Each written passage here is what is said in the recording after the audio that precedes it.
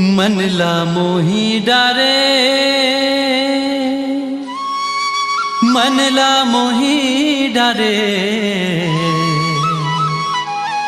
मनला मोही डारे।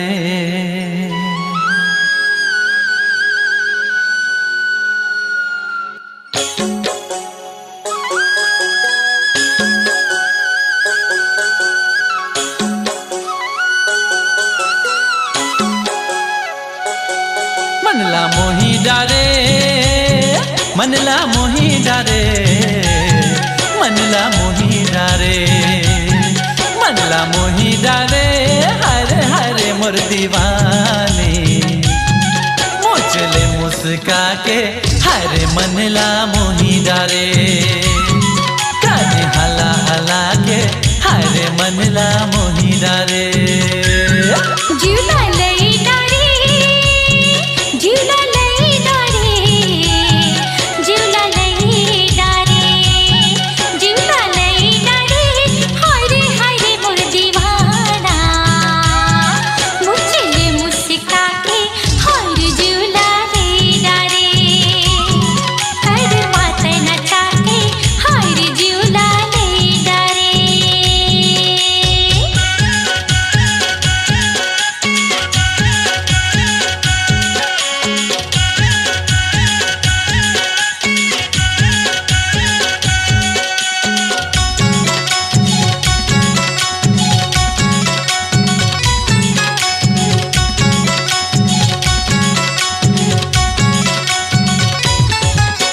डोंगरी के तिरले बोहे झिरिया,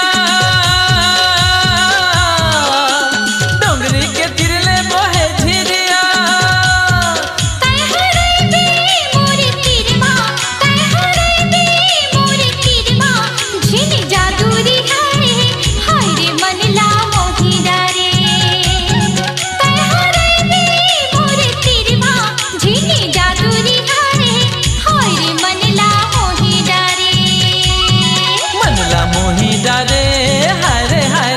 दीवाने मोचले मुस्का के, हरे मनला मोही डारे। हरे माते नचा के, हरे जिउला ले डारे।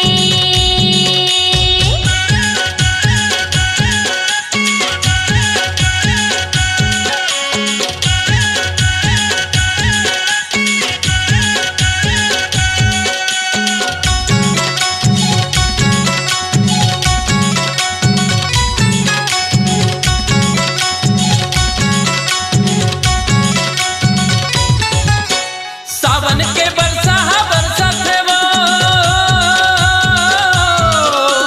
सावन के बरसा बरसा थे वो। तोला देखे बरमायारू, तोला देखे बरमायारू। जिउरा तरसा ठिकाने, हरे मनला मोही डारे। तोला देखे बरमायारू, जिउरा तरसा ठिकाने, हरे मनला मोही डारे।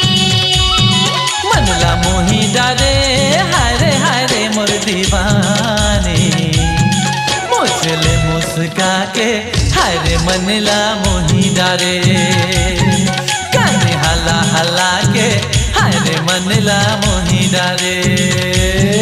जिउला ले डारे, जिउला ले डारे, जिउला ले डारे, जिउला ले डारे। हरे हरे मोर दीवाना मुचले मुस्का के, हरे जिउला ले डारे। हरे माते नचा के, हरे जिउला ले डारे।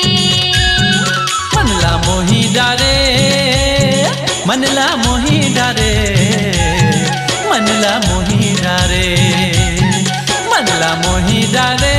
हरे हरे मोर दीवाने मोचले मुस्का के, हरे मनला मोही डारे।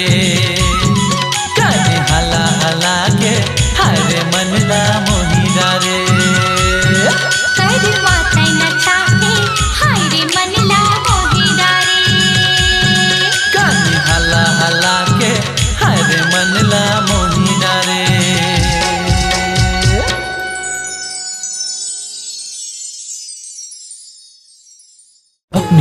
आवाज को दीजिए एक नया मुकाम। डिजिटल रिकॉर्डिंग की दुनिया का जाना पहचाना नाम स्वरांजलि, जहां गूंजती हैं ध्वनियां अपनी माटी की सौंधी सुगंध के साथ। छत्तीसगढ़ी संगीत के विविध रंग जो पहुंचाते हैं पूरे प्रदेश में डिजिटल रिकॉर्डिंग के संग। स्वरांजलि स्टूडियो, नेमीचंद गली नंबर 2, गंजपारा, रायपुर।